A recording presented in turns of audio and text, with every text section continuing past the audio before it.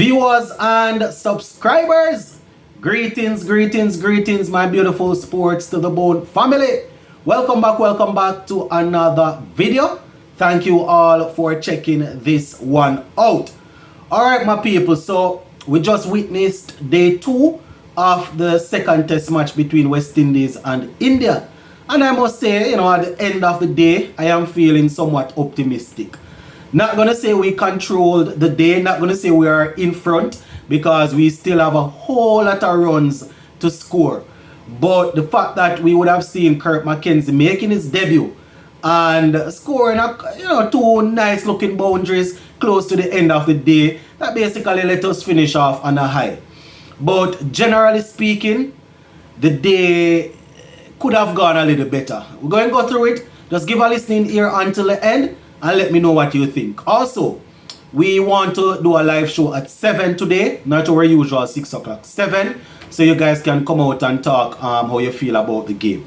Alright, so we eventually bowled India out for 438.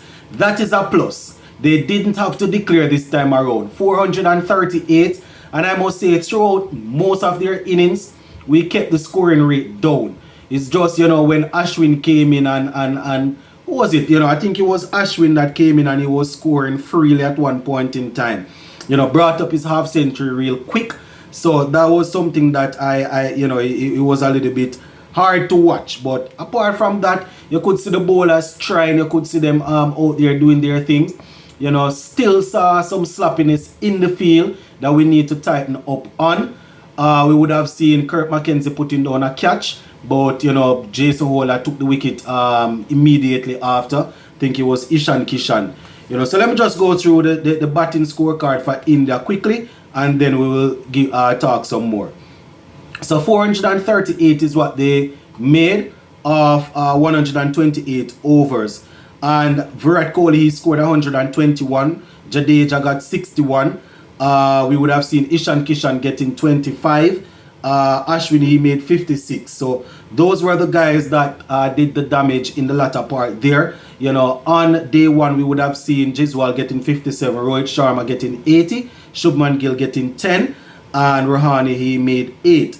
In terms of the bowling for the West Indies now, this is where I must say I must applaud Jason Holder. He has come in for a lot of criticism recently.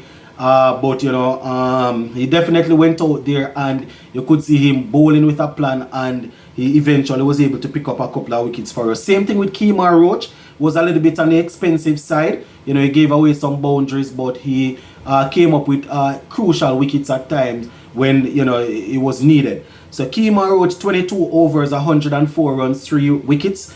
Alzarri Joseph, 22 overs, 97 runs, 0 wickets. Shannon Gabriel, 18 overs, 74 runs, 1 wicket.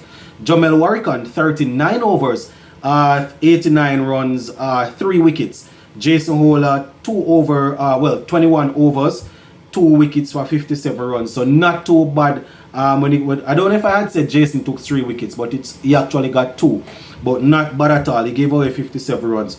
Ali Carton is 4 overs, cost him 12 runs, and Craig Brathwaite, he bowled the 2 overs for 1 run. So, that is how it went in terms of the batting for India. So at the close of play, West Indies, we finished off on 86 for 1. Tej Narayan, Shandopal, and Craig Brathwaite putting together 71 before we lost the first wicket. So 71 for 1 when Tej Narayan, Shandopal was removed. Craig Brathwaite is there on 37 of 128 deliveries. A whole lot of deliveries, my viewers and subscribers. Tej Narayan, Shandopal is 33.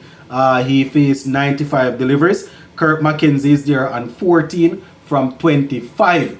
Now, Kirk McKenzie, as I said, my viewers, he came in and you could see that he was nervous. He actually left a ball that almost had him bowled, and the following delivery that Ashwin bowled to him, it was a nice straight drive back over Ashwin's head for 6, and then we would have seen a nice drive through the covers for 4 to get him up and running. So the confidence, is there. It's just that he came in the closing part of the day. So tomorrow morning it's gonna seem as if it's a brand new thing for him. But he started off pretty well, my viewers and subscribers. We saw some intent. As I said, he was looking a little bit edgy with a couple of the deliveries that Ashwin bowled. But apart from that, you know, he looked confident, looked as if he's there to score, look like a businessman. You understand? Look business-like. So we're trailing by 352. As I said, it was a tough day out there. I think that in the early part of the day, we didn't bowl with a lot of commitment, if I could say that. You know, you saw the fielders, they were looking a little bit lazy, looking as if they were just wandering around waiting to see if something would happen. But you know, I am happy that we went out there, and even though we are not scoring at the amount at the rate that we would want, I'm happy that they were only able to pick up 1 wicket. Really sorry that Tejnara and Shandopal got out, you know, got out caught, but at the end of the day it could have been worse.